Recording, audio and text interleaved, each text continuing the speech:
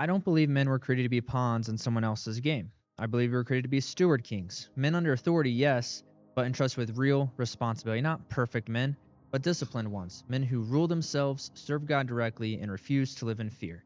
This is king, not pawn.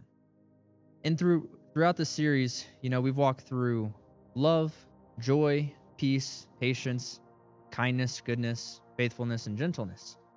But if there was one fruit of the Spirit that stabilizes them all, it's this: self-control.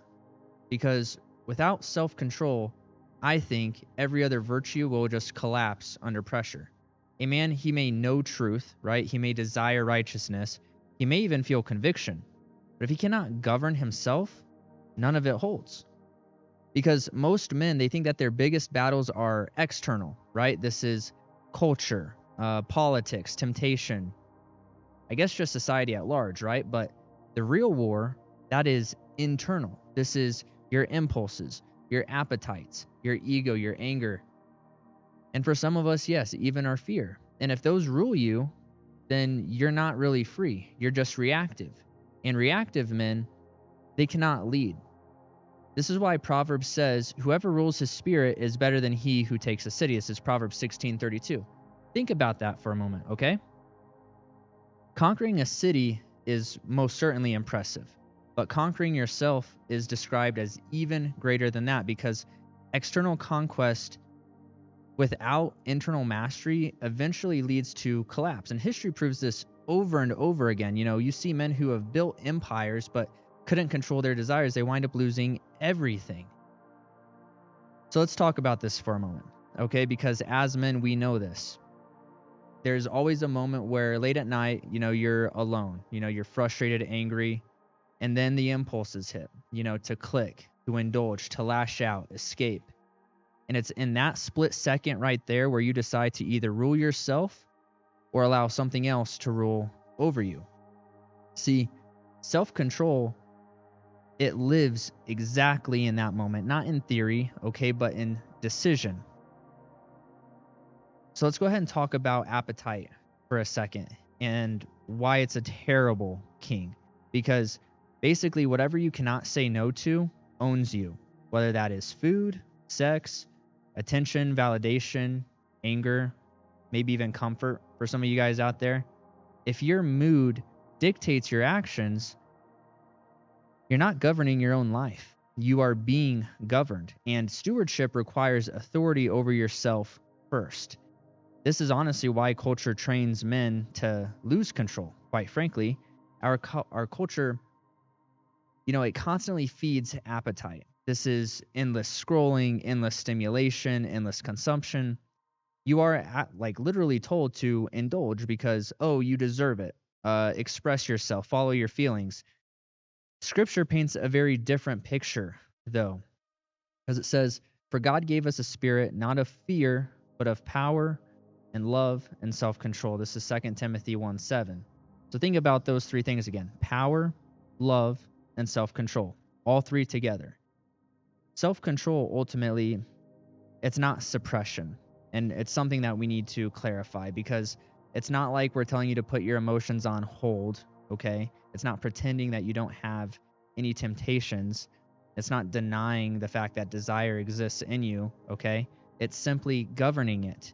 Desire itself is not a sin, okay? But unruled desire does become sin. Self-control orders desire under obedience to God. So let's think about this for a second. Let's imagine a situation where you receive criticism by somebody. Your first instinct is going to be to get defensive. You're going to want to interrupt. You're going to want to correct and counterattack, right? But instead, imagine a moment where you just breathe. You listen. You respond calmly. In that moment is self-control. And yes, it looks small, okay? But it builds strength that compounds over time.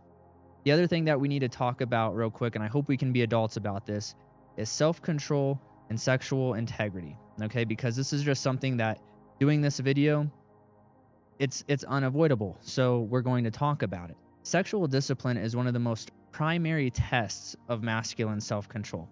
This is pornography, lust, fantasy, secret indulgence. Okay, these train a man to serve his appetite rather than govern it. And once appetite is enthroned, you're going to lose clarity, your energy is going to dissipate, your conviction is going to weaken.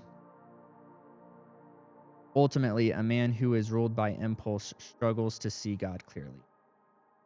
And that's why self-control, once you have it, you become clear. You have a greater sense of clarity, because when you discipline your eyes, your speech, your time and your body, something shifts internally. Your mind will sharpen, your decisions become more steady, and your confidence is going to increase. Not because you're perfect, okay, but because you are aligned. Self-control, it basically clears all of that internal noise. And it does feel hard at first, because if you've lived undisciplined for years, self-control is going to feel harsh to your body. It's going to feel unnatural. It's going to feel restrictive. Okay, but that's because there's something being dethroned. And false kings, as we've talked about before, they never really go down easy, okay, because your impulses are going to argue with you. They're going to try to negotiate with you. They're even going to try to promise you comfort. But it's in that moment that self-control says, not today, Satan. Okay, self-control is freedom. The world's going to tell you that freedom means doing whatever you want, whenever you want. Scripture says that freedom means not being enslaved, because a man who must obey every single craving he ever gets, I'd say he's probably not all that free now, is he? But a man who can say no, that kind of man is powerful. Freedom is not indulgence, okay? It is self-mastery. And now that we've cleared all that out of the way, let's talk about self-control and leadership, because if you want to lead, you have to master yourself, because without self-control, anger is going to damage relationships, lust is going to damage integrity, and, pride's going to enter the picture, and it's going to damage any authority you may have had. Fear is also going to damage those decisions. Essentially, leadership amplifies whatever is inside of you. If chaos rules you internally, it's going to surface externally, So let's just talk about how unglamorous self-control really is, because it's going to be early alarms. This is cold mornings as you're walking to the gym. It'd be easier to just stay inside. This is going to be working out consistently, watching your mouth, in public with your friends or even in private. And then limited distractions, putting your phone down, not being on your phone or your laptop or watching TV all the time. And with that, I'm going to promise you this now, there's going to be no applauses, okay? There's going to be no spotlight. It's just discipline, but it's those quiet routines that build a man capable of weight. Let's talk about this in connection to the Spirit, because after all, self-control is a fruit of the Spirit, right? That means it's not manufactured purely by willpower. It is cultivated through surrender. See, the more that you walk with God daily, the stronger your internal governance becomes. The Spirit, it strengthens what you choose to practice. See, obedience, it's going to build capacity. Let's see. Self-control and legacy. So let's think long-term for a moment, okay? The man who lacks self-control, he's going to sabotage relationships. He's going to destroy trust. And those things, wasted opportunity, that's going to fracture any kind of legacy, right? But the man who cultivates self-control, you're going to see him build stability. You're going to see him gain influence and earning trust. He's going to leave behind something durable.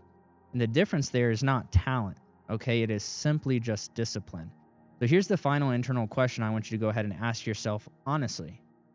What rules me? Is it my anger?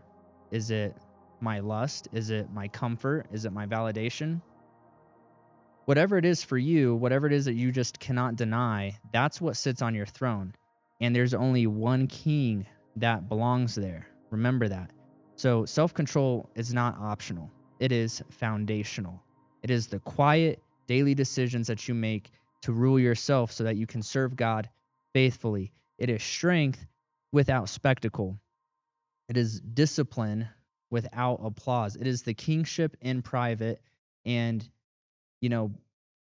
having kingship in private always comes before authority in public. Okay, so master yourself, not through ego, not through pride, but through surrender to the Spirit, because the man who rules himself cannot be easily ruled by the world. And that is what true freedom really is.